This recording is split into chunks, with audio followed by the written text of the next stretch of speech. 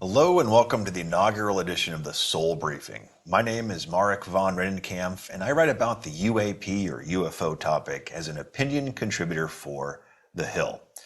I'll be providing a curated monthly roundup of UAP related news for the Soul Briefing. And now, without any further ado, on March 25th, Scientific American published an interview with Dr. John Kozlowski, the director of the All-Domain Anomaly Resolution Office, or AARO, the U.S. government's UAP analysis effort. The interview, conducted by Leonard David, is titled, "The U.S. Government's Top UFO Scientist Has an Open Mind About Alien Visitation." In the interview, Kozlowski reiterates several intriguing comments that he made in November of 2024 to a media roundtable. In short, Kozlowski and AARO appear to be perplexed, stumped by several UAP cases. In the new interview, Kozlowski states, quote, "We do have some events in our holdings that are really peculiar," end quote. Kozlowski also states that one of the priorities for his office is to, quote, "share information with the public and the scientific community to help us in some of our investigations," end quote. This again reiterates comments that he made in November when he stated that his office appears to be perplexed by several, quote, "true anomalies," end quote. Kozlowski again in November stated, quote, "There are interesting cases that I, with my physics and engineering background and time in the IC, the intelligence community, I do not understand, and I don't know anybody else who understands them either." Kozlowski in November proceeded to say that, quote, "We're going to need the help of academia and the public to address some of these," end quote. This, to my understanding and analysis, is the first time that the sitting director of a UFO analysis office, spanning the 20 years that the government studied UFOs with Project Sign, Grudge, and Blue Book in the 1940s, 50s, and 60s, has ever openly admitted that the government is perplexed by UAP incidents. That's not all, though.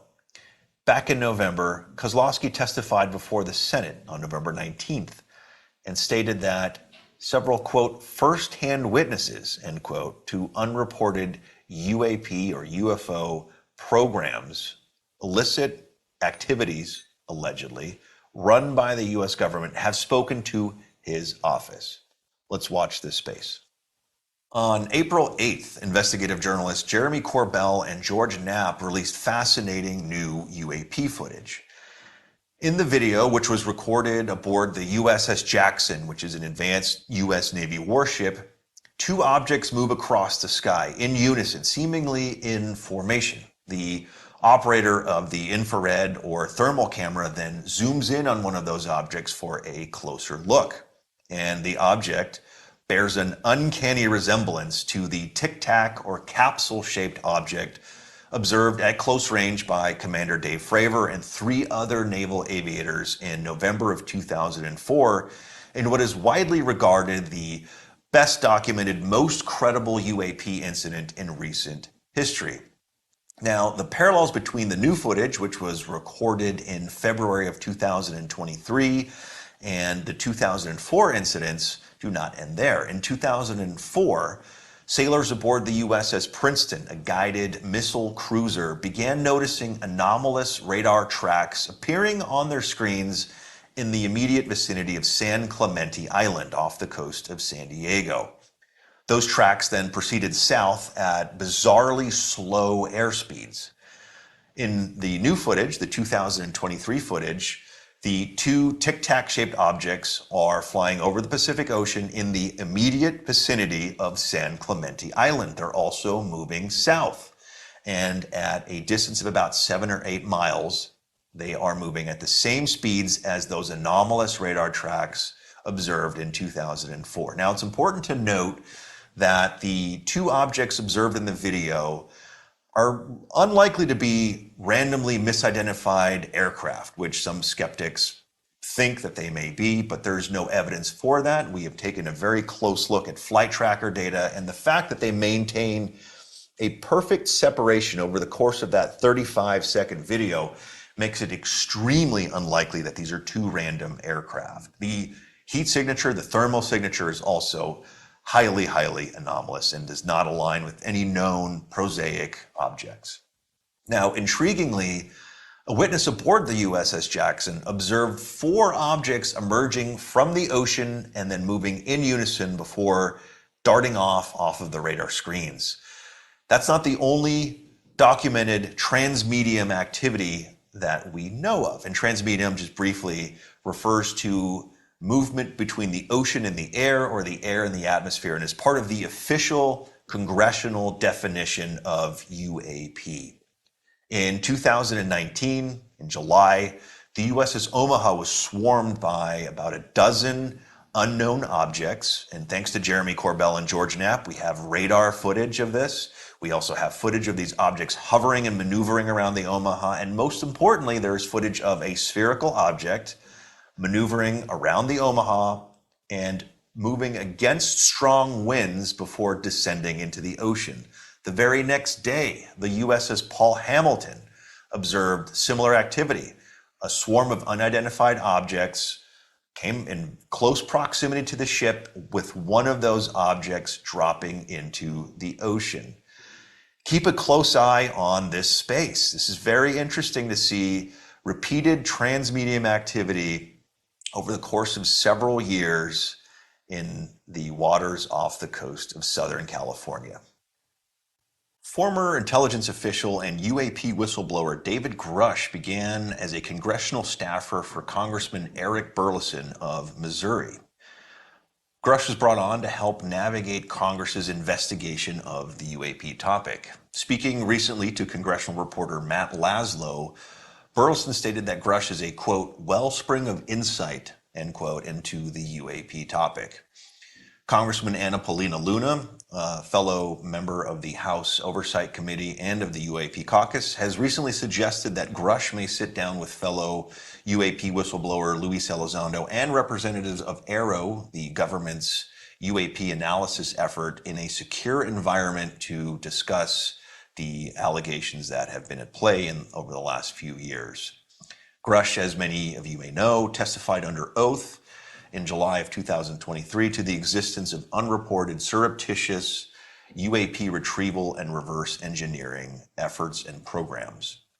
Notably, the Inspector General of the intelligence community deemed Grush's allegations that information was inappropriately concealed from Congress to be credible and urgent. Moreover, the first Inspector General of the intelligence community serves as Grush's personal attorney, lending additional credibility to his allegations. In 1962, the US government conducted a series of nuclear tests to assess whether a nuclear detonation in the atmosphere could destroy incoming nuclear missiles, or ICBMs, as a defensive mechanism.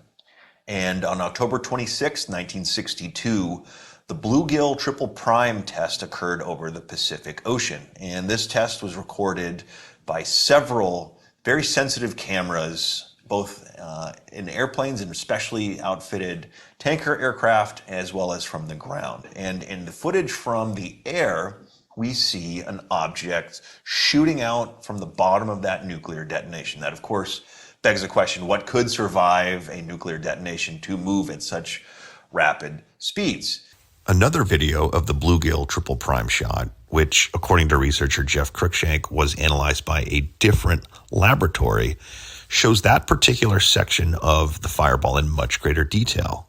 However, the area where that object would have been, intriguingly, is censored. It is redacted with a large triangular-shaped artifact.